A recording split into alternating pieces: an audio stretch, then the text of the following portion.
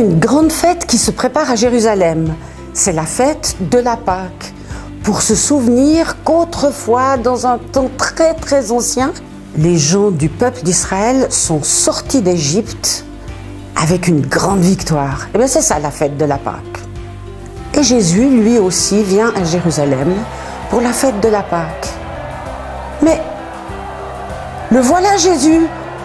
Regarde, il est assis sur un âne. Alors il y a une foule de gens, il y a beaucoup de gens qui sont venus pour la fête, mais il y a aussi tous les gens qui étaient là quand Jésus a ressuscité Lazare. Et il demande, c'est qui Jésus là? C'est celui qui a ressuscité Lazare. Hurrah, vive Jésus! Et les gens commencent à affluer, ils commencent à applaudir. Et puis, ils sont tellement contents qu'ils enlèvent leur manteau, le mettent par terre pour faire un grand tapis.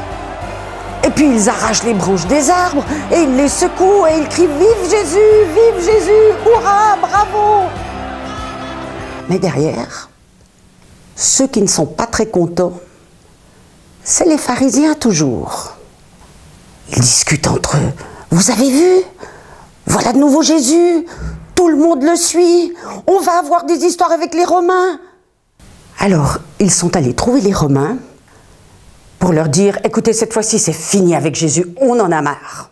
Mais 2-3 jours sont passés.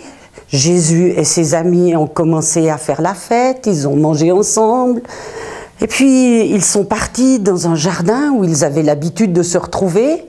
Et là, un ami de Jésus, Judas, est allé prévenir les pharisiens en disant « Il est là, allez l'attraper !» Et c'est comme ça que Jésus a été attrapé. Il a été arrêté. C'était quelque chose comme le jeudi soir, juste avant la grande fête. On l'a amené chez les Romains. Les Romains ont dit « Mais on ne peut rien lui reprocher. » Si, il se fait le Fils de Dieu, c'est pas normal, c'est un menteur. Alors, comme les Romains ne voulaient pas trop d'histoire avec les gens, eh bien, ils ont décidé de tuer Jésus. Ils l'ont cloué sur une croix, c'est quelque chose d'horrible. En plus de ça, en général, ceux qu'on attrapait, qu'on clouait sur les croix, c'était soit des terroristes, soit des esclaves qui s'étaient enfuis, mais pas Jésus. Quand même, c'est pas normal. À midi, il y a eu un tremblement de terre. Et le soir, Jésus était mort. Mais mort, vraiment mort. Un de ses amis secrets, a demandé à prendre Jésus pour l'enterrer. Il avait justement une grotte où on pouvait mettre un mort. Et il l'a mis dans sa grotte. Devant la grotte, on roule une énorme pierre. Alors, les pharisiens sont allés voir les Romains en disant « Mais tu sais ce qu'il raconte, ce menteur de Jésus, qu'au bout de 3 jours, il va sortir vivant. Ce qui va se passer, c'est que ses amis vont venir, ils vont le voler, et puis après, ils vont dire « Il est vivant !» Alors les Romains ont dit « Bon, ce qu'on va faire, on va mettre des soldats devant la grotte. » La nuit est tombée, les soldats sont restés. Un jour a passé, et le dimanche matin, au lever du jour, voilà de nouveau la terre qui tremble, et la pierre qui se roule. Et assis sur la pierre, un personnage, mais hyper brillant, comme un ange, quoi. Les soldats se sont dépêchés de filer comme des voleurs. Pendant ce temps-là, justement, de bonne heure le matin, 2 amis de Jésus qui ne savaient pas du tout ça, ils ne savaient pas que la pierre était roulée, ils ne savaient pas qu'un ange était apparu. Elle venait vers la caverne, vers le tombeau, avec des herbes, avec des parfums, parce que c'est comme ça qu'on faisait, pour mettre autour de Jésus. Puis en venant, elle discutait en chemin en disant « Mais comment on va faire pour rouler cette pierre? Elle est énorme, il faudra bien que quelqu'un nous donne un coup de main. » Elles arrivent là devant, et la pierre est roulée. Alors, elle rentre, elle regarde à droite, regarde à gauche. Il n'y a personne. Ah si, Un ange. Moi, je suis sûre que l'ange était en train de sourire. Il leur dit, qu'est-ce que vous faites là? Mais on est venu apporter du parfum pour Jésus.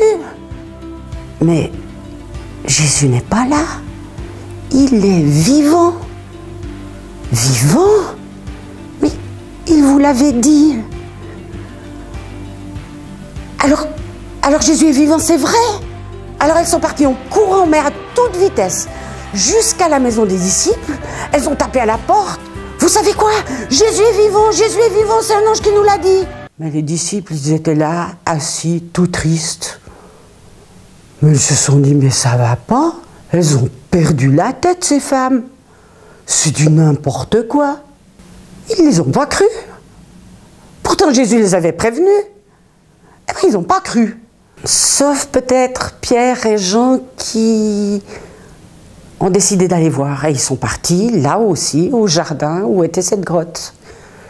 Et ils ont vu exactement ce que les femmes leur avaient dit. Pendant ce temps, une amie de Jésus qui s'appelle Marie, elle aussi était là. Je ne crois pas qu'elle ait vu l'ange. Elle a juste vu que la grotte était vide. Alors elle est sortie dans le jardin, traînant un peu les pieds, elle s'est assise.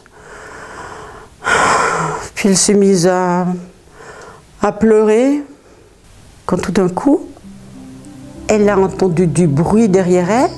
Elle se retourne, il y a là un monsieur. Elle pense que c'est le jardinier. Elle lui dit, mais qu'est-ce que tu as fait de Jésus? Pourquoi tu l'as volé? Tu l'as mis où? Alors le jardinier, il connaissait son nom, lui a dit, Marie. Et à ce moment-là, elle l'a reconnu. À ce moment-là, elle a crié, Jésus! Et c'est vrai, Jésus était là et il était vivant. C'est ça l'histoire de Pâques, la vraie histoire de Pâques. Jésus est vivant aussi aujourd'hui.